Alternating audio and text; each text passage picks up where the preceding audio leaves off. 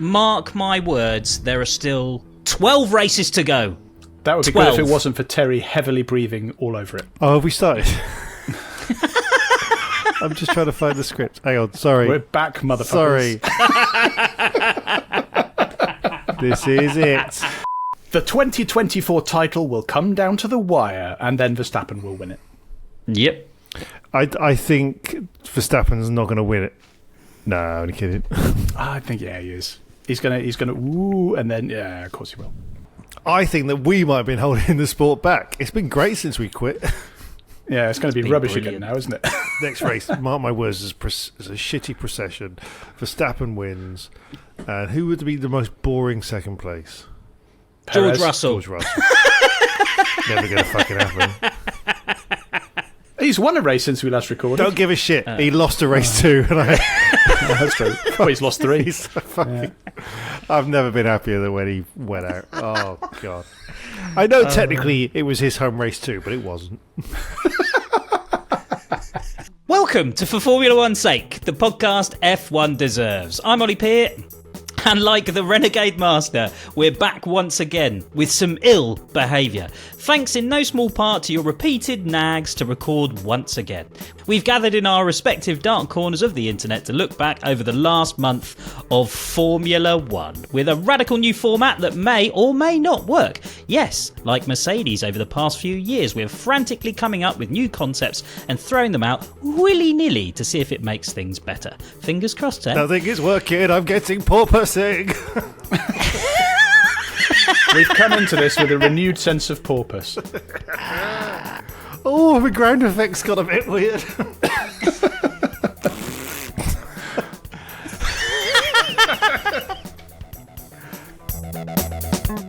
Joining me is a man who is embarking on a period of self-improvement. It's Phill Tromans. Hello, everyone. Yes, well, it's actually less self-improvement. It's sort of more DIY because my bathroom and spare room are finally finished. Yay! Oh, fucking hell. As YouTube viewers may be able to see behind me.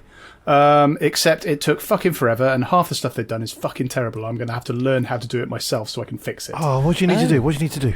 They fucked up the installing the shower screen. You don't need one of them. That's a con. No, you don't. You definitely big shower. You definitely do. Well, I mean, this has been a big debate in my household. I think that a shower curtain is much better, but apparently it's not posh enough. So we got a shower screen, but they somehow fucked up putting 3 screws into it. So there's a massive gap in it.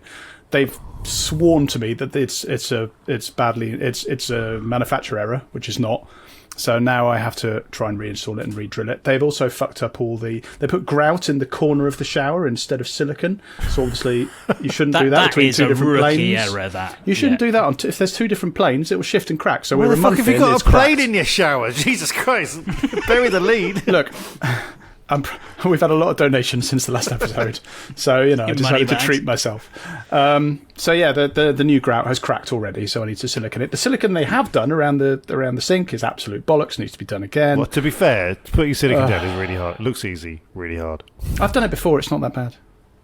I've even got a special I'm with tool. Terry on that. I've seen a lot of like YouTube videos and people on that. You watch them do it and you think, that's fake. No, I've done it. It's fine. It's easy. Do you know what the trick is? Those people that specialise in masticing, they're pulling the wool over your eyes. 2 tricks. One, go on. When you silicone the bath, you want to fill the bath full of water so it's nice and heavy. Actually, the one thing they did do right is they siliconed the bath okay. It's just the rest of it they didn't do well. Number 2, washing up liquid.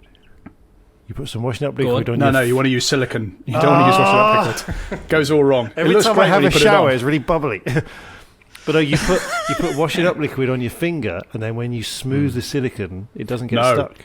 You don't smooth it with your finger. That's a rookie mistake. No, you do. Why? Oh, no, do it. Use it. You stick it on with you the put washing up liquid on your knob. You then use your caulking tool, and then you do it at the edge of a sponge to brush it off. One man's caulking tool, penis. What's the difference? Well, let's ask your wife. Anyway, that'll be me over the summer. Oh, I'm sorry, love. I've caulked all over you. Oh my God. Is this us trying to come back as adults? I'll smooth it off with my finger. Yeah. No, Terry, can you come in here? Finish this off. sorry. Such a centrist dad. People might think that we're going to come back after a month away and we're going to somehow learn why we're popular and why we're not. And I think we've learned all the wrong lessons. As I stand here with grout on my dick.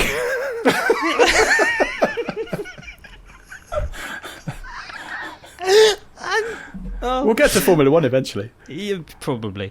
And beside him is a man who has hurt his leg and is in a lot of pain, actually. Oh. But we'll carry on regardless. It's Terry Saunders. Oh, no. Well, what's happened? My partner's Colombian and religious parents are coming to stay for a week. And so we've offered to give them my flat to stay in. Is this a sitcom? Well, it's going to become a sitcom. It does sound like one. So basically, what we've had to do is A, clean my flat, B, tidy my flat, and C... Because they're religious, right? They're religious, and they're very fastidious, as all good religious ones are. And Got to C, be tidy for religion. We've had to kind of remove all of the things that might relate to sex. So, all the fetish wear. All the fetish wear, the ball gags. I mean, it's not quite replacing all the dildos with crosses, but it's not far off. Just put them together. Well, there's one dildo that can stay, but the others are all gone. So there's been a couple of... I'm not saying I'm a sexual pervert, but there's been a couple of suitcases of things that have left my flat to go to my partner. Couple of suitcases? I mean, Suitcases? It's not all dildos. I don't want to get too much into my sex life here, but, there's... I do. Well, there's funny outfits. There's funny outfits, like clown. Who do you dress up as? Whilst Charlie Chaplin colking with your dick? Okay. All I'm going to say is I've got a latex catsuit with my name on it. Okay, and then you're going to have to envisage the rest. Wow. So I've already envisioned it. When you say amazing. catsuit, do you mean a suit that makes you look like a cat with my name on it, like sort of James Corden in that film? Oh. Did you see the thing? I love this got your name on it. Like what's the name for? Just to remind everybody who you are. The truth is, well, I can't tell you it's through the mask. The truth is, I found it in a shop. But it had my name on it. That was the genuine. Oh right, truth. yeah. It wasn't outside a doctor's office. I'm glad you said shop rather than skip. Yeah. But actually, you just mentioned James Corden. Can we just talk for a second about James Corden's the thing? It was in the news a couple of days ago about that he delayed his play so everyone could watch England penalties, and that's seen as a kind of heartwarming story. And I'm just like, fuck that guy. The kind of people who are going to the theatre on the night of an England match don't want to see a fucking England match. That's why they've gone to the theatre. I mean, you say that they interrupted Wimbledon because they were going way when England won. So everyone likes the football. I don't think anybody thought that England were going to get to the quarterfinals, so they might have thought, "Oh, fuck it, I'll book." And the semi-finals now. Well, yeah. Can't believe it. Thanks to a Labour government. Yeah. All hail Sir Keir Starmer. Yes, Sir Keir Starmer, the official name of the Bahrain circuit. Anyway, what the fuck's wrong with your leg? Oh shit, I forgot. So, yeah. We get an Uber from my place to my partner's place, and it's not just sex stuff. There's a couple of suitcases of just things that are just moving apartments kind of thing. And the Uber driver got really shitty with me because I booked a normal Uber and there was like 2 suitcases in a bag, and he was like, "Oh, you should have ordered an XL Uber or whatever." Which I don't know if that's was it a smart car or something? It was, yeah, but we fit it all in the boot, and I'm like, but it all fits. It was a really weird in German as well, slightly aggressive, and I'm like, it's all fine. And that's super aggressive. Yeah. And then in the car, I'm just like, I'm in a real mood with this driver, and I'm just like, oh, fuck you. Es ist nicht so klein. Yeah. And then I hear the stuff in the back shift, but I don't think about it. And then when I open the boot, one of the heavy suitcases falls right on my shin, like really. And like honestly, for a second, I thought I'd broken my leg. I was like, I'm going to put weight on this. It's not going to hurt, because it was like a proper kind of corner of a heavy suitcase on a 45-degree angle. I mean, I don't know if you can see. Oh no! Oh god! Oh, hello. Also, you have a massive scar on your thigh. Oh no, okay, that's fair enough. Can you see that? That's quite similar to the one that I've just healed from. Oh Jesus! So it fucking hurt. Yeah. I like that you're dressed like Super Mario on his summer holidays as well. That's quite good. These are the clothes. Obviously, clearly, when I'm hurting, I put bright coloured clothes on. So. Are these not some of the clothes that you need to get rid of? Or they're just your non-sex clothes. Yeah, they're the only ones you've got that aren't sex related. I've only got a pair of red shorts and a blue t-shirt. These are my only non-rubber shorts. Ironically, I'm going to spend the whole week naked. As God intended. Yes. Amen. So there you go. Well, I'm sorry. I hope it heals quickly. Well, the thing is now, I mean, I've taken a bunch of painkillers and drinking, so that's fine. But it's not actually hurting much now. It's throbbing a bit, but it's like you know those. But injuries, what about your leg? You know those injuries where, like, for the first kind of 20 minutes, you're like, is this gonna get better or worse? Because this is one of those injuries where I've got away with it. You know, I really feel like this could have been easily a broken. Because also, this could have been it. but I also had right next to it, I've got like a big heavy drill and all the bits in a big kind of hard plastic case, which is not a sex thing. That's just a DIY thing. Because I've got a. Don't want to get those things mixed up, do you? No. Or do you? Is that a diamond bit? Is that rhyming slang? I've got a keyless chuck.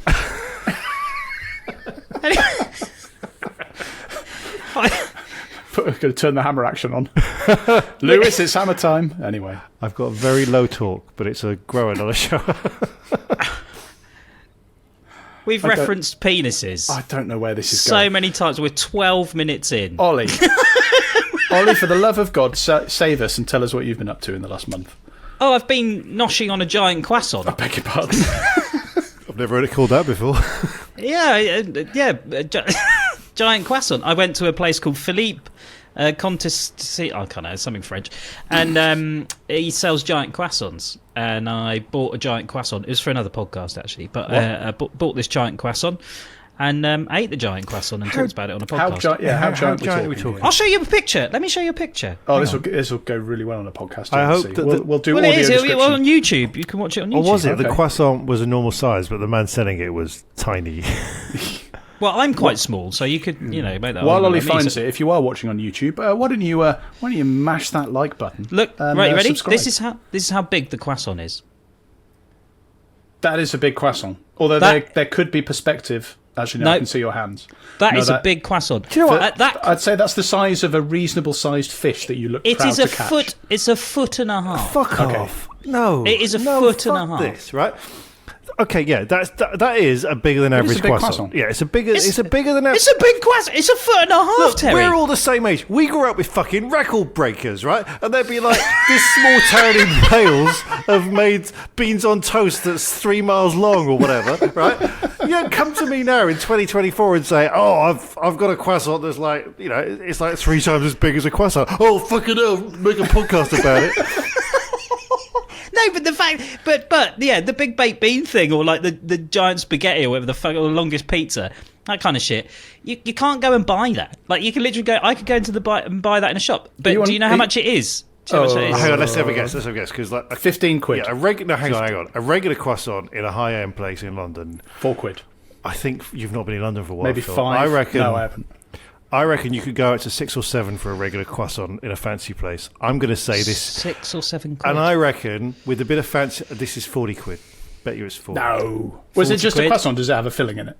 No, just a croissant. You I'm could saying get 50 a pan of chocolate and an almond one if you wanted. I but have a just pan want of chocolate, definitely. 15 quid, I'm saying. 15 quid. £25. Well, bang in the middle of our guesses then. I mean, that's too much. I Yeah. wouldn't pay that. I didn't go for the pan of chocolate because... Was it good? Or was it Yeah, well, I mean, it tastes like a quality croissant. over quantity? Tastes like a croissant. Yeah, but was it really good croissant? For 25 quid, I'd it want was it a to be good fairly croissant. exquisite. I think all croissants are quite good. Yeah, it was but a some are good better than croissant. How much chocolate would have been in the pan of chocolate? It'd be Well, like I one of didn't those get the pan of Toblerones you chocolate. get at the airport, wouldn't it? Oh, Well, the bit where the yeah. the bit where the chocolate sort of gathers and you got the curls, it just looked a little bit like a bum hole. So I didn't want to eat Okay, I'd it. pay extra, yeah. But it was like full size, like a full size bum hole. Look, I would have a pan of chocolate with a big airport Toblerone in it for Yes. 25 quid. Yeah, not a euphemism. I For absolutely 25 quid, I'll have one of That's my those. final fucking offer. Bish Yeah. bash bosh. Anyway, so that's what I've been Dragon's doing. But dead, I'm out. we should probably explain what we're doing and what the plan is for the podcast. 'cause Why are we returned. here? I thought we quit. We're sullying Chica's memory. And what we're doing, we are returning on a monthly basis. For now, is anyway. the plan for now. Yes. Otherwise, you Nothing can't is set in sign stone. on. That's the only reason we're doing it. Contractually obliged. To go through what we consider to be some of the most interesting stories from the last month in Formula One. That we've remembered. Because we Ooh. inevitably will forget them. Yeah, exactly. So that's the plan. So this is a little bit of a kind of an experiment as we go, and hopefully it'll get better. It might not. But please It keep might get listening. worse. But continue to listen. We welcome feedback, so you can get in touch on the usual email address, which I've forgotten. What is it again? Wrong. ff1s.com. ff1s.com. Yeah, great. So we'll go through that again. So, well, where should we start? Well, should we start with some general? Well, let's start with some of the things that have happened in the last month. We've had 4 races. Jesus. And let's set a benchmark for our news and analysis right now. What were the 4 races, Terry, Ollie? Spain, Austria, Canada, Britain. Oh, good. Okay, yeah, because that was better. I just watched the 7 minutes highlights of one of those and ran out of time to watch the others. You've done more than us. My big worry about this new laissez-faire freestyle jazz format is that I don't feel the mad pressure to go through every single race and all the details of everything, and I'm going to forget most of it. No, we're going to watch it like fans do. We're going to be like, oh, is Jensen Button still in it? Come on, Tim! Yeah. Or just surprised that Hans Zimmer turned up with a fucking electric guitar. Yes! I mean, that's not on my list of things to talk about, but no, it's not on my list either. All right, what are we doing? Let's talk about it. Let's explain. I did see that. What? How are we doing this? Well, the initial idea was that we each pick 3 things from the past month that we want to talk about, and we talk about it in a very free-form fashion, much as we're doing now. British elections, French elections, my holiday. Yes, exactly. But maybe also some to do with Formula 1. I fear that we're going to miss some stuff, and that we haven't got time to talk about section at the end, which I don't even know if we're keeping at this point, is going to be, well, most of it is what we haven't had time to talk about. But, I mean, let's see how it goes. These are the things that we consider to be the most important thing that you should know about in Formula 1. And I think we should start with you, Phil. What do you want to bring to the table for us to talk about? I would like to bring to the table Mercedes. Are they good again? What's going on? They've won 2 races in a row. I didn't think they were going to win any races, but now it seems they're quite good. I've heard it's because of the weather. The weather. That's what I heard. British It's because of the weather. Yeah, they're just better in slightly cooler conditions. Yeah, apparently the air conditioning in Brackley is terrible. And when it gets too hot, everyone just falls asleep. The last 4 races that we have, they've been on the podium for every single one, and they've won 2 of them. They had a 3rd and a 4th in Canada, a 3rd and a 4th in Spain, a 1st and a 4th in Austria, and a 1st and a DNF in Britain.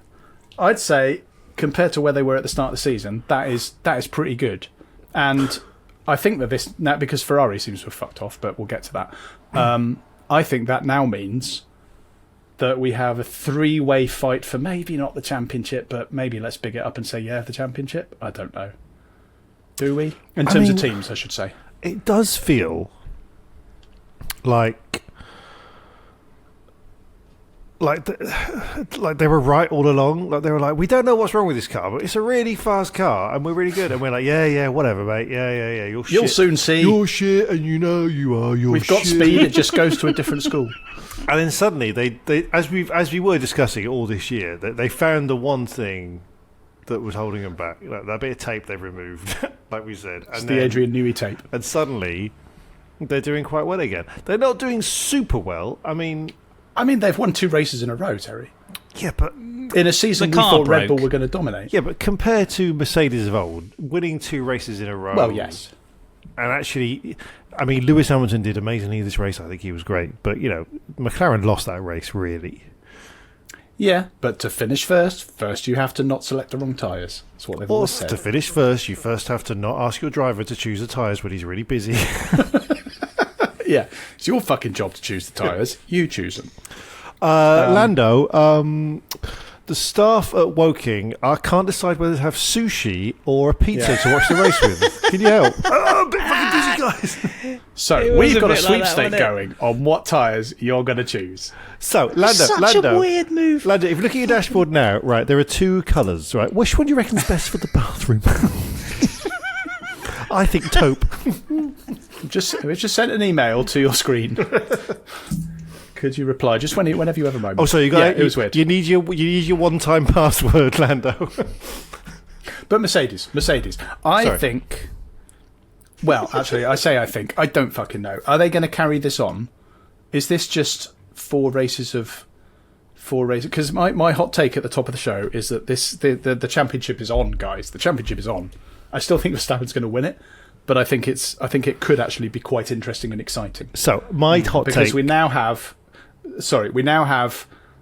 two, well, one and a bit decent McLaren drivers, because Piastri's not. Well, actually, he has been doing all right, but he's been doing okay. He's been being two decent shafted, Mercedes to be drivers. fair. Yeah, he has, but he is driving well. So if he can negotiate the whole team fucking things up, he's doing well. We've got two decent Mercedes drivers, and we've got one Red Bull driver, and I think that could be a pretty decent 5-way scrap for the championship. And maybe if Ferrari can get their act together, then Sainz could be in it as well, because obviously Leclerc is fucked. But we'll talk about him later. But I think we're fucking nowhere this weekend. Oh, we'll talk about it.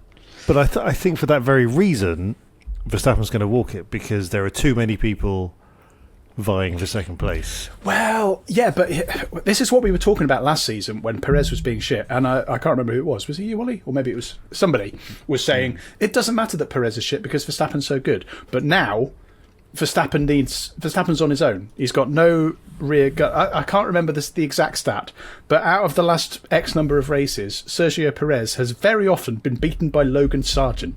That's how shit he's being. And he is not there to help Verstappen. And then the disparity between the cars is now small enough that Verstappen needs Perez to be there to do his job of fending people off him. He's now got probably two McLarens, two Mercedes, and maybe every now and again one or two Ferraris swarming all over him. And great as Verstappen is, he's not good enough to keep them behind him without some help, I think. But then my point is more that if McLaren win one week and then Mercedes win the other week, and then maybe Ferrari win the, in the last few months, Leclerc's won the Monaco Grand Prix, Lando Norris has won Miami and whatever, and Lewis Hamilton and George Russell have won a race. So like, if it was one person who just won 4 races, then the championship's on. But the fact is, it's different people winning. And so you think they're going to dilute the challenge? Yeah, because Verstappen's always he's still finishing like second or third or something. So I suppose he is still extending his lead, isn't he? Yeah, that's a fair enough point. It's less than 100 points though at the moment. So and he does seem to be getting progressively worse. So yeah. Well, I say that he still kept. When did he come in third? He still came third. Second. Well, he was second in the last race. Yeah, in the last last 4 races he's been of course first, fifth, second. So still good. Yeah. Terry, what you got? Flavio fucking Briatore's back in Formula 1. Yes, what the fuck is going on? Oh, Alpine. Phil, could you give us a primer on who Flavio Briatore is? What are you doing? Go on. Is it an ice cream? Who Flavio Briatore is? No, it's a coffee machine. Sorry, go on. I'm going to try and be straight down the middle here. Flavio Briatore has been in F1 for a very long time. He is ex-Benetton, which then became Renault, which then became Lotus, which then became Alpine, but it's the Enstone team. He's been there They for make jumpers, right? donkey's years. He is a very good businessman, and his big strength in F1 was that he did the business thing and he let the people who knew about the racing get on with it. He was very good at that. However, for newer fans of the sport, he somewhat blotted his copybook, which was already a little bit kind of woo kind of way, because he's a bit of a playboy, shoots from the hip, doesn't play by the rules kind of guy. He blotted his copybook massively in 2008 when he and Pat Simmons conspired with Nelson Piquet Jr. and allegedly Fernando Alonso for Piquet to crash at the 2008 Singapore Grand Prix, bring out a safety car in order to let Alonso win the race. And he was subsequently given a life ban from F1, I believe, but it was then rescinded because reasons and politics. But he had his fingers crossed when he said guilty. The general consensus was, for fuck's sake, that's beyond the pale even for F1. You shouldn't come back. Now, not only has he come back, he's come back to the same fucking team that is already going through a bit of a PR crisis by just being an absolute bin fire for the past couple of years. And they thought the only way to get out of this bin fire is to set more fires, and they should be started by Flavio Briatore. So he's come back in to basically try and get Alpine out of this just continuous fuckfest that they found themselves in. And lots of people are going, I'm sorry, what? I mean, I don't really know how I feel about this. On the one hand, it's great content. Oh, I mean, I'm permanently entertained. Oh, it's going to be entertaining. One thing he's not, he does not He does not really he doesn't give a shit. I think let's establish that straight away. I think people could come up to him and go, "How dare you come back to this team that you sullied with your cheating?" And he'd go, "I don't care." I've just been reading his dating history, actually. Oh well, yes, he has a very colourful private life. There's pictures of him. Whatever you do, do not Google Flavio Briatore thong, because that's it will immediately scar what you. I'm going to go and do. Okay, well, I'll have a live reaction now. We will sing this. Thong. Yeah. Oh, so Bear in mind, he's very attractive to women, apparently. What do you think of Flavio Briatore? Images. Fuck my... Well, okay, that was not what I was expecting, but all right. Is that real? He has a way with people. He has a way with people. He does.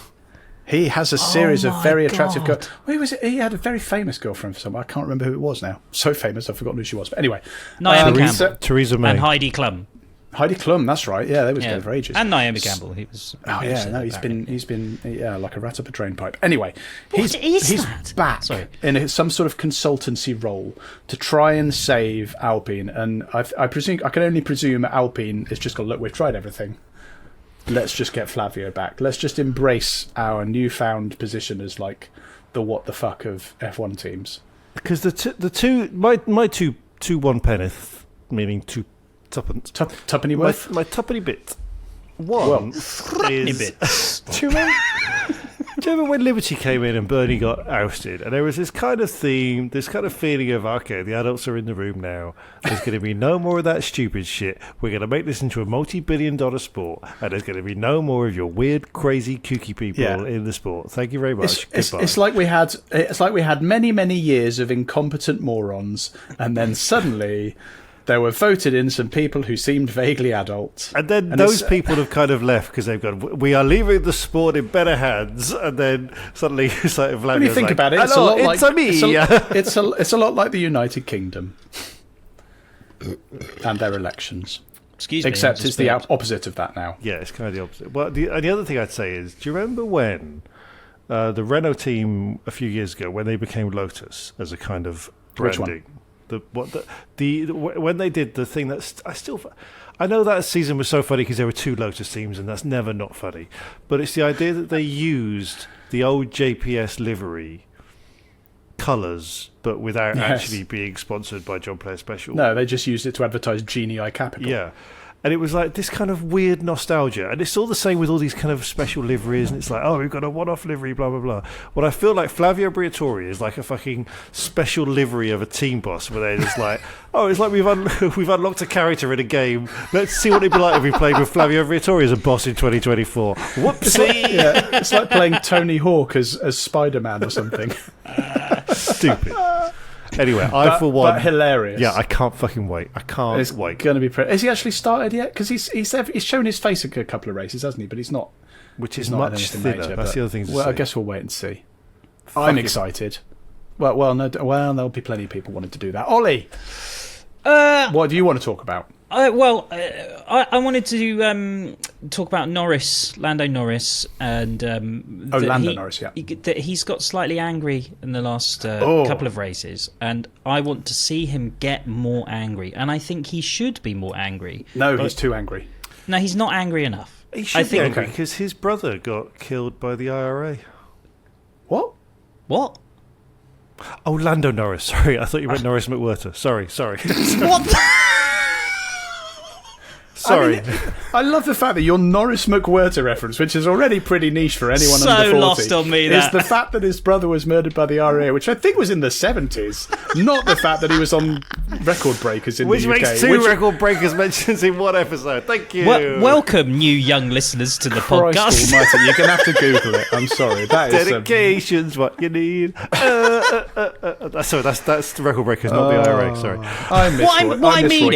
What I mean is that actually I quite enjoyed him getting really fucked off with Verstappen after that little incident, which was just quite funny, really. I thought it was a little. It was funny. This is Austria, wasn't it? This is Austria. They crashed into each other, and then they both got a puncture. Verstappen managed to limp his way round to get back on the track. He did. Even after they both got punctures, Verstappen was doing his absolute best not to let Norris past, even though everybody else was streaming past them. Yeah. Well, that was very funny. It was like watching a game. It's like watching two granddads trying to have a fight. I'm now old enough in F1 terms that I've been through all the ages since Mansell, so I've seen your Mansells, I've seen your Buttons, your Schumachers, such a granddad, your Alonsos and everything. And I've got to say, this kind of streaming age of F1 drivers, I don't like them. And it's like, even when they're angry, they're not angry, right? And like they were just.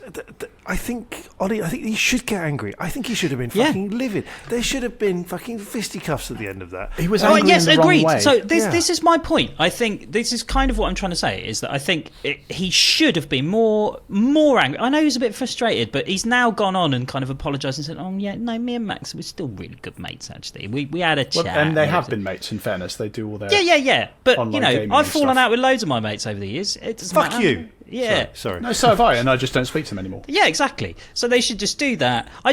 I want to see another proper rivalry cultivated within F1. I know Hamilton and Verstappen had a little bit of a one, but they're still quite chummy. I just want some real hate. But no, this is something that happened on the British Grand Prix this weekend. Is obviously Lewis Hamilton was milking it a bit. He was waving the flag around and everyone was cheering, all the rest of it. Rightly so, exactly. And then when he goes into the cool-down room, there was this moment of tension because you're like, well, you know that they know they're being filmed, and Lando and Verstappen are sat there looking like bored teenagers waiting for detention, and neither of them congratulated him. And I just thought, what shitty fucking behaviour. Yes, they may have given him a handshake out of the car and everything, but they know they're being filmed. And Lewis Hamilton, who has won more races than fucking anyone else ever, probably. I can't remember the stats. No, yes, 104 now. There you go. He was made to look like the fucking awkward new kid in class. Do you know when he walks into that room? I don't know if you saw that bit. Like they were just sat there being like, "Oh, cool, cool. All right, how you doing? Yeah, do you like Duran Duran? Yeah, fuck you." And Duran. Like it's he says he likes Duran Duran. Oh, no one likes Duran Duran. We're a Spandau Ballet man. Not even you're that old. That's not the reference you should be Here's going another to. thing, right? They keep saying that Lewis Hamilton's nearly 40, right? I'm 44, and I swear that when Lewis Hamilton was younger, he was more younger than I was. What? When he started in Formula One, I swear he was more than 4 years younger than me. And now he seems to be 4 years younger than me. Yeah. Oh, I know. I kind of know what you mean. I've matters noticed more when you were younger, doesn't it? Well, because the Euros are on at the moment, and watching the football, I look at all the players like Kylian Mbappe. Right, that is a name that's been floating around the ether. Oh yeah, like for what feels like an eternity. He's 17 or something. Oh, yeah, someone said he was 25. I thought, what the fuck? In my head, he's older than me because he's obviously more mature. He has more money. He's got a better life. He's older and more experienced, and yet he's 25. Yeah, I mean Rishi Sunak's the same age as me and Terry, which is depressing. Yeah, we could have fucked up the country by now. You could have fucked the economy. Yeah, you absolutely could have. Have I told you the Rishi Sunak story? Which one? I think you're gonna. And I got in trouble. Well, if it's the one I think of that I've studiously not told anybody because I thought it might reflect badly on you. Were you an extra in one of his films? Yes, I know. No, oh no, it's much worse. No. Please tell it. So during the pandemic, when I was working for the BBC, when he was still Chancellor, Rish with an exclamation mark, he'd take to help out Rish, and there were first rumours of him going for the top job. And I got asked as a designer to do some illustrations of Rishi Sunak for a piece going out about him to say, who is he, what's his background, etc., etc. So they asked to do like a Superman version of him and a kind of supervillain version. And I just downloaded some like stuff for Photoshop that makes comic book things. I was super excited to try it out. So I make all these Superman things. And then the final film goes out and they kind of cut all the supervillain stuff. And it became this huge thing on Twitter for like ages where they kept saying, oh, fucking typical BBC right-wing bias. They've got Rishi Sunak as a fucking Superman, right? And if you ever Google Rishi Sunak, up until about Liz Truss time, if you ever Googled him, my pictures would come up. It was so fucking embarrassing. There were a lot of people very, very angry about that. I made a lot of people very fucking angry. And what made me laugh is that they were just like, oh, they obviously all love Rishi Sunak. I was like, you've not met the person that drew this picture. I'm pretty confident that he is the very last person that would support Rishi Sunak. What happened is I've been drawing fucking coronavirus molecules for 6 months and I wanted to do something exciting. That was pretty funny. I've never told anyone about that. I'd just like to say I kept that stum for fear of I was also in the room besmirching you. I could probably now say this. This might get some traction, but I do remember the Jeremy Corbyn's hat thing on Newsnight when they said that when you wore the I was Russian in the hat room thing. the night that was done.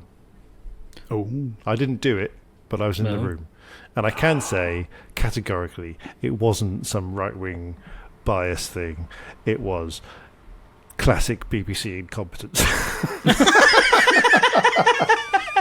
there's no conspiracy. They're all just Amazing. No conspiracy at all. Amazing. But yeah, Norris what should else get you more got? angry. Yeah, Norris should get more angry. That was literally it. Right, the next thing I want to talk about is Sergio Perez, and I can't actually remember if we've talked. I can't remember if we talked about it. But have we recorded? No. Did we record before he got his contract renewal? Because he's back. I feel like we did. I can't remember when it was. Yeah. I can't remember if we talked about it. I think we might have done. But Red Bull decided. Red Bull decided, of all the options they've got, Sergio Perez, he's the one for us. And since then, he has been beyond abysmal. He's like their tester driver now, isn't he? I'm just going through the results. Canadian Grand Prix didn't finish. Spanish Grand Prix 8th. Austrian Grand Prix, I can't even see him. Where is he? 7th. British Grand Prix, where is he? He So far down, 17th. 17th. Yeah. He's in a fucking Red Bull. And I know the Red Bulls are not as fast as they used to be. But Jesus Christ, Sergio. What are you doing? Do you know what? Even by your standards, this is dreadful. There's a stat about Perez that he has been out-qualified by Logan Sargent 7 times this year. There is. And do you know how I know that? It's because I mentioned it about 20 minutes ago. Oh, did you? Yes, I to did. me? On this very podcast. Oh, I didn't. Which hear I have that. no doubt that now you're going to cut out to make yourself look better. I literally wasn't listening. I can't believe you just said that. Did you hear that, Terry? Sorry, I wasn't paying attention. But did you know that Logan Sargent has out-qualified Sergio Perez every race they've ever been in? I was just reading it from a text that I got the other day.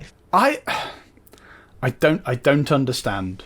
I mean, I think at this point, even Daniel Ricciardo would be a better option than Sergio Perez, and I do not say that lightly because I don't think Daniel Ricciardo is long for this, not this world, for this world of F1.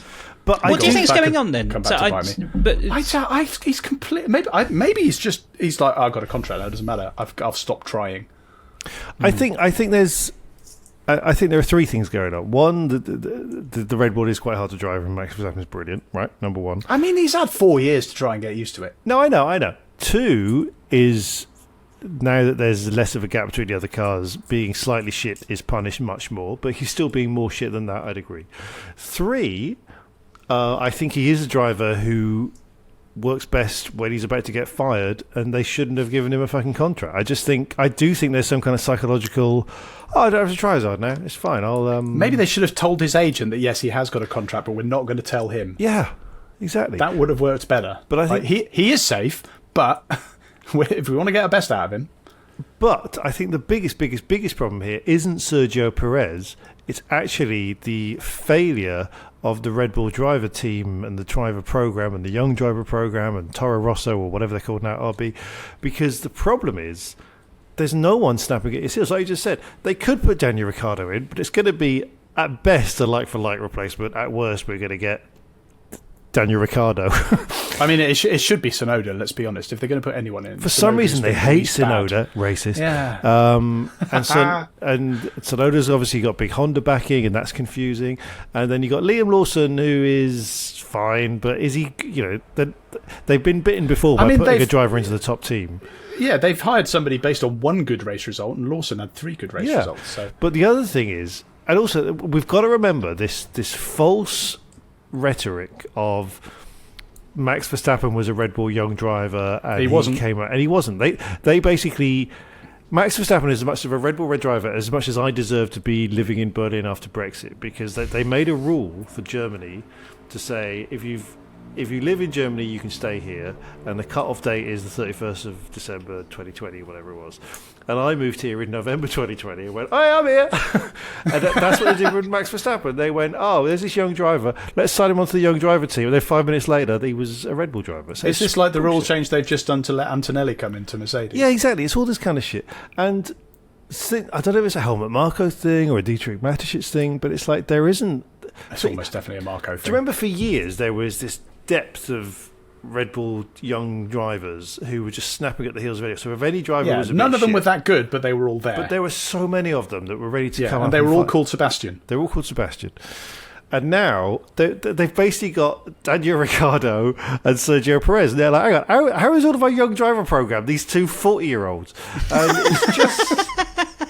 They've made a rod for their own back. And because they've done this kind of constant putting someone against Verstappen and then binning them off, against Verstappen, binning them off, against Verstappen, binning them off, they've just run out of drivers. And no one wants to go and take the second seat. So in a way, I think Perez is their best option, and that's fucking depressing. It is, but also hilarious. So long may it continue. Love it. I think Flavio Briatore should drive on. In a thong. Well, speaking of Flavio, have you got another point to make, Terry? Let's move on to another thing. Is it me? I think it is you. I just want to talk about McLaren. They're doing really well. You love them, don't you? Love them. But they've got this thing. I mean, I do love McLaren. I think I've always said McLaren are my favourite team. Hamilton's my favourite driver. And if you put the two, if only they would drive, if only one would drive for the other, I could never see it happening. That's never happening yet. But I think there's two interesting things with McLaren right now. So one, since sometime last year, everything they've done to the car has worked, which never happens in Formula One. To the point that it feels like, and I can't remember if I've made this joke before or I've just thought of it because I haven't written it down, but it feels like they got 3 wishes from a genie and they're on their 3rd wish because everything's been going a little bit too well. They're like, oh, now they need to wish for a million wishes. Obviously. Yeah, because it's like, well, exactly. Yeah. Instead, they've gone, can we, Genie, do you think we should go for medium tyres or soft? It's like, that's not a wish. But it does feel that they've got too good too quick, which sounds like a stupid thing to say. No. But it goes in terms... Because there's a lot of talk about knowing how to win in Formula One is a key thing. Like teams that win every week, you just start to learn how to win. You soak up the pressure, you make the decisions, you know what you're doing. And a team, let's say you've got a team like an Alpine or something, where I think Ocon won a race a couple of years ago. It's like them being at the front, they're just there going, oh fuck, what do we fucking do? Don't fuck this up. And McLaren are at this weird point where their car is probably the fastest car right now, but the team is like, oh shit, we don't know what we're doing with this thing. Yes. It's like when the Mercedes was really shit, and Russell arguably still is the better Mercedes driver, but we were saying like he's used to having a crap car and knows what to do to get the best out of it, whereas Hamilton is not used to this at all. It's almost like the opposite of that. Yeah, and I'm fascinated by the idea that actually the car's got good too quick and they don't know what they're doing and they keep making these silly mistakes. Like they didn't, let's talk about this weekend anyway, like they didn't double stack Piastri because they're like, oh, we're going to lose like 3 seconds if we double stack. Yeah, and then they lost 20 seconds by leaving. Yeah, send him round again in the wet and just be like, hey guys. And what happened to Piastri the other week as well? There was something else that was unlucky for him. Oh, if we were professional we'd have written it down, but no, I do recall that they did something stupid and he ended up nowhere. Yeah, they just keep seeming to fuck up. So that was it, really. But I'm also very proud to have McLaren. Oh, sorry, paging Dr. Freud. Just back at the top. But it is a very fast car, though. You're right. I mean, there was a couple of. Was it? No, one after the other. I think Norris and then Piastri absolutely skinned Verstappen, didn't they? And that was this weekend, just gone. Yeah, I know. Don't forget, like, breezed past him. When have we seen that? In Austria as well, when Norris went for it, kind of fucked it up, and then Piastri got them both. And also both the Mercedes, because this race, Lewis Hamilton got ahead of Russell, and then when the rain started coming down, the McLaren was just so much better that the McLaren was just breezed past the Mercedes and the Red Bull, and they're one in the lead, and they should have won the race, except for like, oh, excuse me, Lando. We're just thinking for the wedding, should we have ribbons on the chairs? I wanted to bring up Formula One fines because while we've been off, Yuki Tsunoda got a fine for saying a rude word about disabled people, and I don't know if you heard this. Yeah, no. He was talking. Yes, he did. Talking about Joe Guan Yu, and I can beep it out. He basically called him a and he didn't know apparently what that meant, and got into trouble, and he got a €40,000 fine from the FIA. Right. Right. And That, by the way, I found this quite interesting. 33,900 euros that was at the time, 8 days ago. Labour voted in 33,802. So you've saved almost 100 euros there as well. You're welcome. He's good, isn't he? Anyway, but it made me think about some of the bigger, or just the other fines that are out there in F1. So I wanted to give you some of the things that people were fined for, and then you have to try and guess how much they've been fined. Is this a quiz? Is this is Ollie kind quiz? of a game. Yes, this is kind of Ollie a quiz. quiz, Ollie quiz. Let me quiz you, Ollie quiz. Quizzy, Ollie quiz. Perfect. That was great. I feel like it was a genuine thing sheet. Okay, so we'll start simple. Okay, so George Russell, 2023 for pit lane speeding. How are we doing this? Are we saying our names? Or are we going one after the other? No, just if I'm honest, not going to Price is be right. I'll open No, open the bidding. I'll open the bidding at 5,000 euros. Look, we should do Price is Right rules. So we both do a and guess. prices are in dollars. Oh, Okay, fine. dollars. And Price a mixture of 5,000 dollars and euros. $5,000 and or euros. So no, we're going to do Price is Right rules, right? So that means we both get a guess. If we go over, we're out. So it's the nearest, but you've got to stay under. 4,999 euros or dollars. Okay, yeah, Okay. right. And then Terry, 10,000. $10,000, $100. What? Yeah, What? $100 What's for even the fucking point? pit lane speeding. Okay, next one. We'll get through this. No, this is important. This is important because if it's $100, I'd be just fucking going in full blast.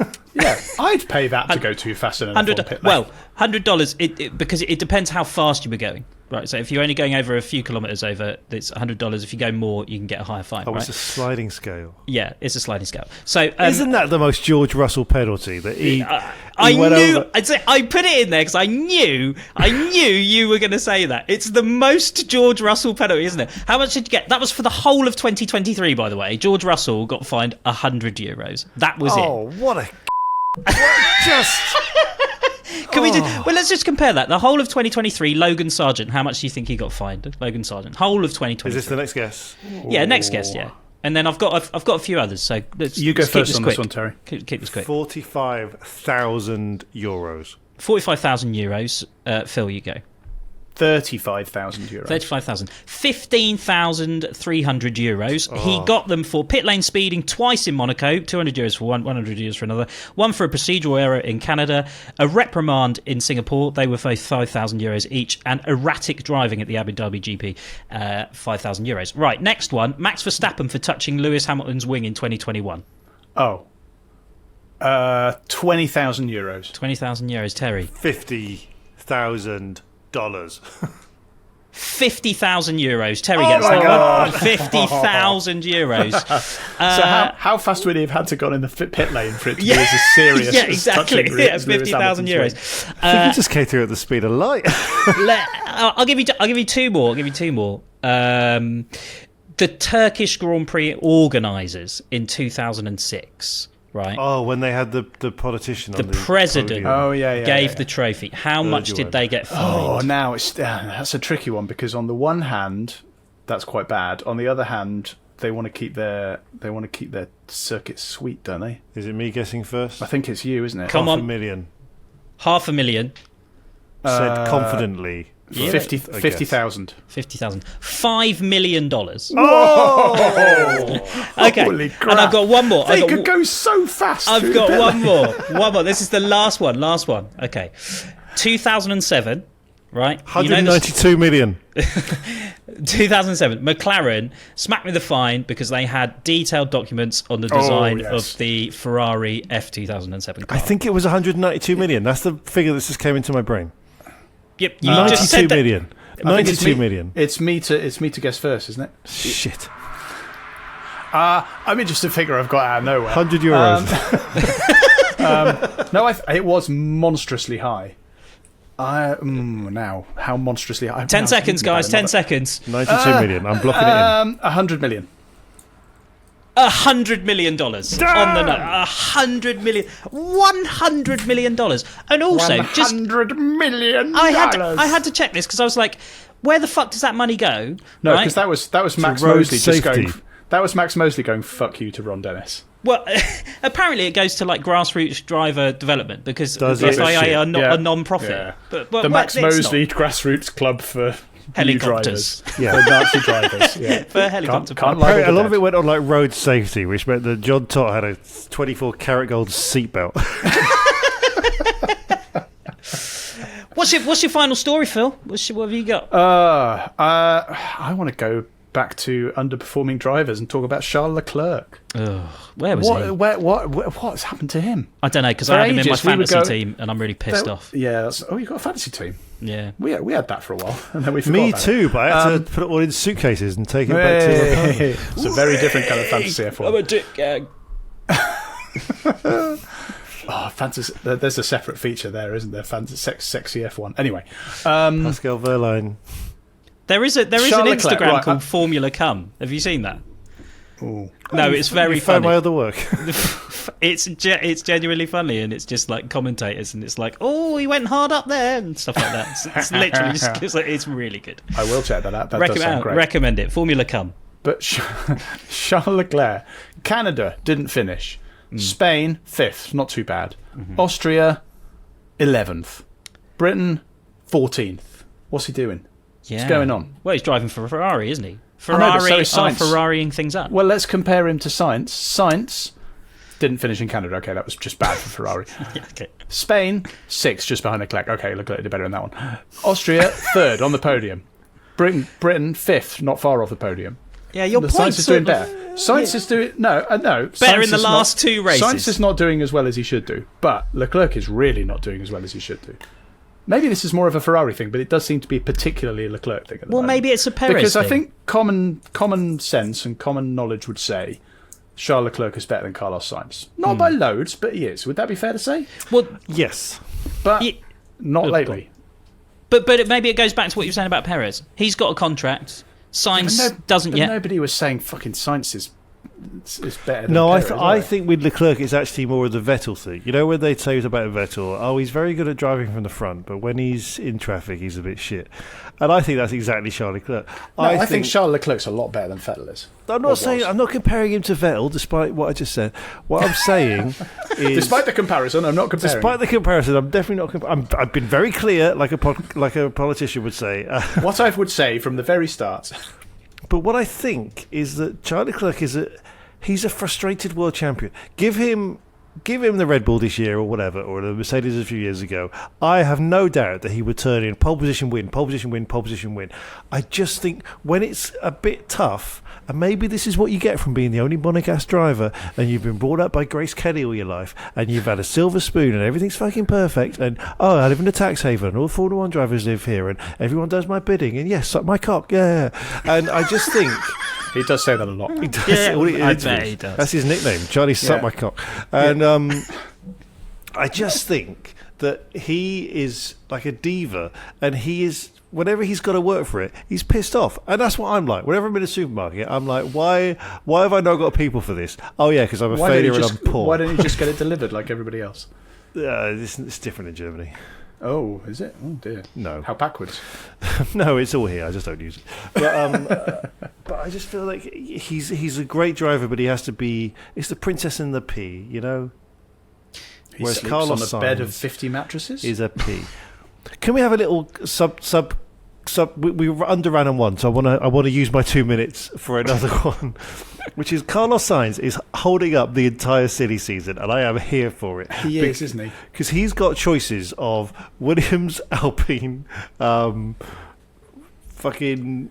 Oh, what's the other? The Sauber Sauber? becoming Audi, whatever. Basically, he's got like 4 or 5 really shit choices, and he doesn't want to do any of them. And he's still holding out for like a Mercedes, and even Red Bull's now back on the cards because of Perez is being shit. And so he is holding out. And all these shitter drivers, your Magnussens, your Bottases and everything, are just waiting on Carlos Sainz to make his mind up. And I love the fact that he's belligerently saying, fuck you lot, I'm Carlos fucking Sainz.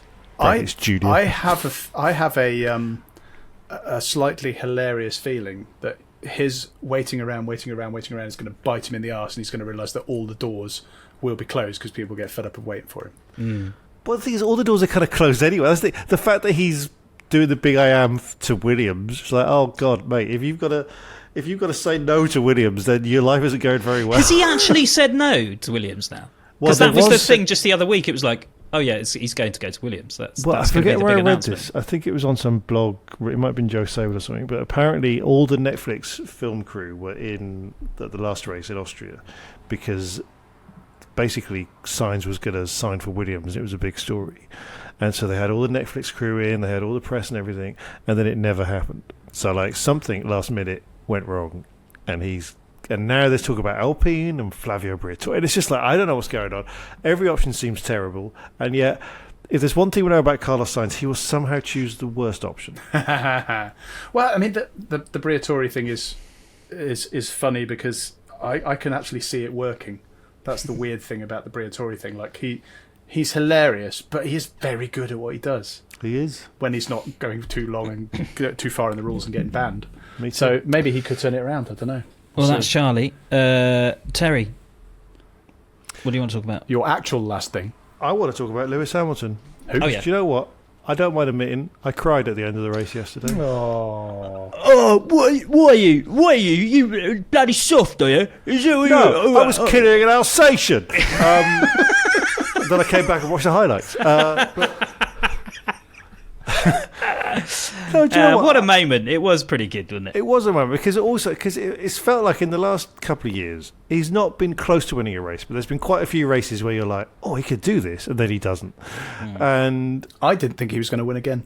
yeah, I actually wasn't sure. And then even when he was in the lead, I was like, oh god, he's going to do like a Mansell Canada, isn't he? He's going to like put his hands up and turn the car off, or Verstappen's going to catch him on the last lap and just be like, hey, loser. That was the danger, wasn't it? That Yeah. would have been so humiliating if that had happened, because it And- did really look like that's what was going to happen. Yeah, exactly. And because it's been, since the 2021 season, and it's been to all this Mercedes stuff, and the fact that he's leaving Mercedes and he's going to Ferrari, who are now shit, and you're just like, oh fuck, Mercedes are getting good again. Oh shit.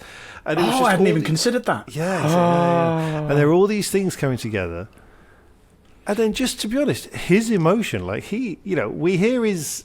We've all been following the sport for long enough to know Lewis Hamilton. Oh, I've got to thank the fans; they're amazing here, and I've got to thank the team and all the rest of it.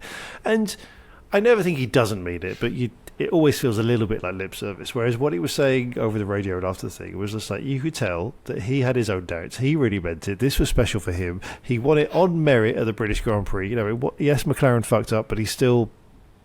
Well, he Did held all it that. together and won, didn't he? Yeah. It wasn't like, I don't know, I can't think of the most recent example of a race winner where the two people in front of him just crashed and he lucked into the win. Has that happened recently? You mean a Mercedes winning because the two cars were in front of them? Yeah. That took my tongue. You think if it had happened recently, I remember it was George fucking Russell at the last fucking race. And the fact that George Russell was on pole. And there was this little moment yesterday morning when I was watching like the qualifying recap and everything, and I was like, God, you know what? Maybe Lewis Hamilton's time has gone, and maybe George Russell is the new British hope. And because if you think in previous generations, you've had your Nigel Mansell going on to like Damon Hill, to Jenson Button, to Lewis Hamilton as like the top British driver, and there's always been a bit of a gap in between for the next one to come along, and it's never been like the new British driver is literally the teammate of the old British driver and he's beaten him, and it just felt a bit sad.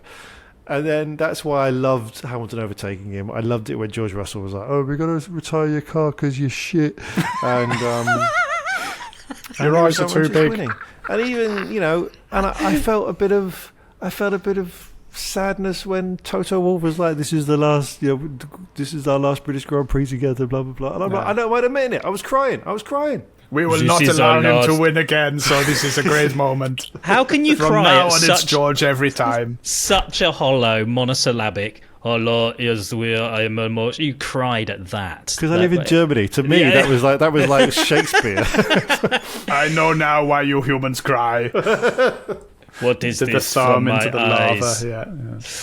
Oh, he's Well, what a talented. moment! It was pretty special. It was great. I'm glad he did. What, 2021 was the last time you were on a race? Yeah, Saudi. 2.5 years. Yeah, I bet Saudi meant a lot to him. The money and stuff. Yeah, but Silverstone would have been very close. But also, let's not forget the last race he won, he was about to win the championship, which he didn't. And then obviously Abu Dhabi happened. And at no point I mean, obviously, some people in the Mercedes team might have been shitting themselves, going, "These numbers look shit, guys." But you didn't expect at the end of 2021, we all expected it to carry on in 2022, and Mercedes and Red Bull would. Yes, there's new rules, but we expect Mercedes and Red Bull to be the best, blah blah blah. And we've had these 2 years of porpoising and being shit and size 0 and blah blah blah, and it's just it wasn't expected to have this downturn. And then in the same way, it wasn't expected that he'd win a race this year, and even. Now Mercedes has got better. George Russell's got. It's probably going to be George Russell. You'd put money on George Russell for any future Mercedes. Never. Wins, I would never put money on George Russell. Do you think part of the tears were a acknowledgement of doubt about his move to Ferrari? He was like, I think so. I think he was just very emotional at his last win. Oh, wow, he's called it now. I'm fully prepared for that to bite me in the ass. I want you to be wrong, Phil, but Ferrari seemed What a way to go out, though, eh? Where you've been on the podium for the past 10 years, where you've won more races now in a single place than anybody else has ever won a race in a single place. I mean, it's such a cool stat, isn't it? I was just staggered that he got on the podium for the past 10 years, even when the car's been terrible. He still managed to pull it out of the bag. Yeah, and weirdly, I was at his first ever British Grand Prix. I was looking through the last time I went to a last time I went to a British Grand Prix was 2007, and Hamilton's first ever one. Oh wow! And it was nice that this was his last one, as far as competitive racing is concerned. I mean, I am a little worried about his now because Ferrari were doing quite well. And that's over. It sort of feels to me like Ferrari also got 3 wishes, and they went, "Wish 1, we'll have some wine." It's like, you've already got wine. Oh yeah, can we get another bottle? It's like, no, it's a wish. Okay, sorry. Wish 2, bruschetta. Okay, what's your third wish? Wish number 3 is no more wishes. What? Shit. I just want to wrap things up from my side on just a thought, really, and it's on livery reveal videos. And I only finish on a high, eh? Jesus, mate, I was in a good mood then. No, I know. Did you see the Red Bull one for the British Grand Prix? No. Yes. I didn't actually, so you might have to. Okay, so the premise is security guards. I didn't notice that they had one. No, well, exactly. This is. Did it look like a Red Bull? Yes. This is the point. You're really far off your mic, Cookie. By the way. Did it just look like a Red Bull? It looked like a Red Bull, but it was the way that it was sort of unveiled to the world that really, I don't know. Did they snowboard it? Did they snowboard it off Everest or something like that? It was they made this film, right, and basically it was this guy who was supposed to be a security guard, and he's sat in there and he's having text messages and they're texting about the livery, and he's going around and he starts checking around whilst he's on his phone around the Red Bull garage. Oh, I saw it, and then suddenly these other texts come and go, "Watch out, orders about." And then it's like the end of the Blair Witch Project. Hide your girlfriends, lads. Yeah, picture of a Frankfurter. He's standing in the corner. And bums against the wall, lads. Orders in tight, right? Sorry. See, that would have been better. But, I mean, it almost ended a little bit like that. Because, so he basically knocked over a pot of paint, the paint went on the car, and then it unravelled into this thing where he was trying to fix it, and he just made it worse and worse and worse. And then at the end, Christian Horner walked in and went, "Oh, actually doesn't look too bad. Pack it up, guys." Oh, and fuck it. I'm going to fucking come on it. And it was... Is that cork? Fucking chisel over the fucking car. And that is how he talks. Yeah, that is how Christian Horner talks when he's not on camera. But it really, I don't know why, but I just thought, I looked at the comments on YouTube and they were overwhelmingly positive, and I thought, what the fuck is wrong with people? Like, come on. People who comment on YouTube are fucking. Hey. No, on this channel. No. On this channel. If you're they're all great. Well, most of them are great. Look, you're writing a comment right now. I can see you. You're a. Yeah. What I would say, so unless you're commenting on our not OnlyFans, what's the thing we've got where they give us money? What's it called? Oh, we should totally do an OnlyFans. How much would people pay to see us bum each other? I mean, you went straight. I was going to suggest they see the contents of Terry's suitcase, but Terry's face. You took it to a whole new level. I mean, that's the top tier. Really. Did you say bum? Did you really just say? Are we? Yeah, it's 1996. We talked about the 100 million fine. Maybe we could get like that kind of money. I'll do it for 100 million. I'd do it for a fiver, mate. It's quite attractive. But what? But what I will say, speeding in my pit lane. This podcast is going to be awkward for a long time now. what I will say about bumming this video. Oh, sorry, yes. That video you watched. I've seen the video you described. Yes. And it's terrible. It's awful. But the video you described sounds much better when you picture Michael Crawford as Frank Spencer being the security guard. Yeah. Do you know what? I totally agree. It would be brilliant if they did something like that and it was much, much better. Do you know who the actor was that did that? Was it Michael Crawford? No, it's a guy called Horace Joshua Cohen, who is a famous-ish comedic actor in the Netherlands. No one fucking knows who he is. I don't know who he is. What? Do it with Dutch someone. fans will know who he is. They've got enough. No, they genuinely don't. Like, his most famous film from 1986 is called Flodder, and it was directed by a guy called Dick Mass. Dick Mass. Yeah, I'm not even joking. Like, if you're going to do it, you want to do. He has a great festive season, doesn't he? The slightly Dick Mass, everybody. Pay someone famous to do it. I mean, if they can get, that workplace HR system that has recruited a load of rock stars during the ads for the fucking F1, they can do it. Surely Red Bull can recruit someone who's semi-famous to do it. Anyway, it really fucking annoyed me. That was it. I just the speciality liveries lately. Yeah, most of them have been terrible. Awful. Yeah. I agree. The last good one I can remember, and I will stand to be corrected because I've probably forgotten some, was the Monaco McLaren one from a couple of years ago where they went full golf. That was a good one. Yeah, but even that. Most of the others, I didn't even realise they'd done a special one because it wasn't different enough. But I don't like the golf one because it's the same with the JPS thing. It's just like going on this weird nostalgia for things. I like nostalgia, but you've got to do it properly. It's when they fucking half-arse it I don't like it. Yeah, I also think that liveries, like when they came on down hard on like helmet redesigns every week, and they said you can only have like one a year. Yeah. I think it should be the same with liveries. I think you've got to pick your livery, and you've got to. Well, I think they do have that already, don't they, or something? Or maybe that is for helmets. Apparently I can't not. remember. Apparently fucking not. Yeah. Well, maybe they can like own it. Maybe that's why they are consistently shit, because they can only change probably a small amount of delivery. The trouble is they have to satisfy so many stakeholders when they're designing them, like for the season, let alone for a one-off. So I can only imagine it's just a bun fight between various sponsors going, actually, we need our logo to be 0.35 bigger. It's so boring. Actually, have you heard the Eddie Jordan DHL story on that fact? No, I have not. So DHL used to have red DHL lettering on a white background, and they were going to be a main sponsor for Jordan back in the day. And they said, well, we just need to have red lettering on a white background. And because Eddie Jordan had already signed a deal with Benson and Hedges to have the car being yellow, he went back to DHL and went, how about you put your red logo on a yellow background? And apparently the story then goes, which is obviously some Eddie Jordan bullshit, is that DHL went back and went, oh, I like that. And they changed their entire logo. And then they adopted it. And now they're red on yellow. I want to say, but aren't DHL... story. Isn't it yellow because of... it's German, isn't it? Isn't Yeah. it because of Deutsche Post? Or is that nothing to do with that? Yeah, Because Deutsche Post are yellow, aren't they? Or have I prefer they Terry's did. story. Deutsche Post fucking used to own DHL, and that's why it's yellow. So that's clearly bollocks. Eddie Jordan's just full of shit. So you're telling me that a story I've heard secondhand on another podcast about a secondhand story that someone has been told by Eddie Jordan that's also secondhand is bullshit? Well, therefore, I quit 4-1 podcasting again. Bye! Actually, I have just looked it up on Wikipedia, and it says it's true. So, but it is Wikipedia, so it might still be bollocks. Everything's bollocks. Well, you can tell us how wrong we are. You can do so via social media. We're at For F1's Sake on TikTok, Twitter, Instagram, YouTube, and we're still on Facebook if anyone goes there these days. Are we on Facebook? I didn't know if we were. I mean, theoretically we are, yes. Okay. You can email us if you like as well, wrong@ff1s.com. And we would like to say a massive thank you to all of you who have...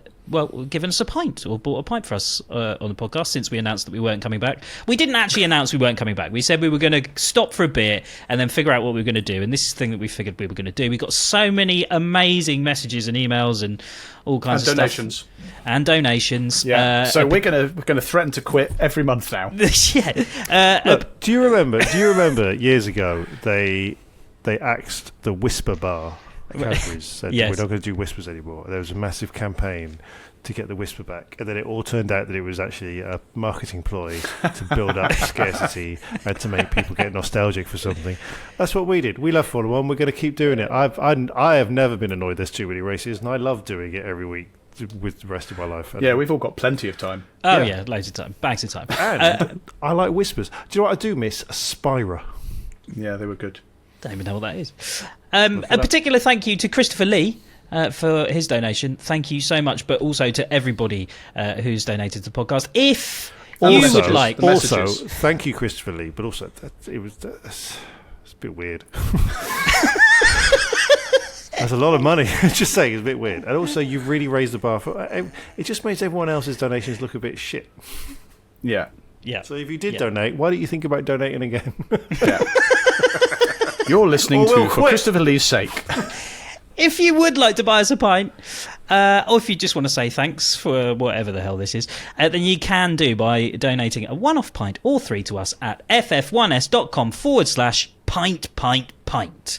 It's now time for the man of the month of driving. Edit in the tune here. Are we shouting at each other, or are we going to make a case? Yeah, let's do it. Lewis Hamilton. Sir Lewis Hamilton. Sergio Perez. No, shut up, Phil. Why not? Look, I think Lewis Hamilton should get knighted again. Yes, Sir Lewis Hamilton. Sir Lewis Sir Hamilton. Lewis of Sir Hamilton. Sir Lewis Hamilton, sir. Shire. It's like how you have to answer an American drill sergeant. Sir Lewis Hamilton, sir. He should become a Shire. Like, well, he's become Hamilton a straight, Shire. hasn't he? Because they've named the Sir Lewis Hamilton straight after him whilst he's still driving down it, which feels weird. No, I like that. I reckon the more success he has, the more corners they name after him. I like that. Just the Hamilton straight onto the Hamilton corner. He's coming up to Hamilton. Hamilton go through the Hamilton chicane. Hamilton 2. Just the Hamilton track. Yeah. Here we are. Sir at Lewis Hamilton chicane. Circuit. Just variations of it. Yeah. Oh yeah, I'll be down for that. Down the still we rise left-hander. The still we rise. It's just the bit that goes up. Anyway. Brilliant. Well, anyway, that's it from us. We'll be back next month for another roundup of F1 nonsense. Until then, it's goodbye to Phil Traymans. Goodbye. I don't know if we're haven't had time to talk about, because there's tons of stuff we haven't had time to talk about. But it's still in the script, so I'm gonna leave it at that. Deal with it. This is freeform. And to Terry Saunders. I also haven't thought of anything because I didn't think that. I thought the whole point of this podcast was to do no fucking work. I refuse to have things we haven't had time to talk about. We haven't had time to think about it. Well, I have had time. That's the joy. I've had lots of time these last few weeks to not think about things to go on this fucking podcast. Thank you for listening. See you next month. Goodbye. Bye. Bye.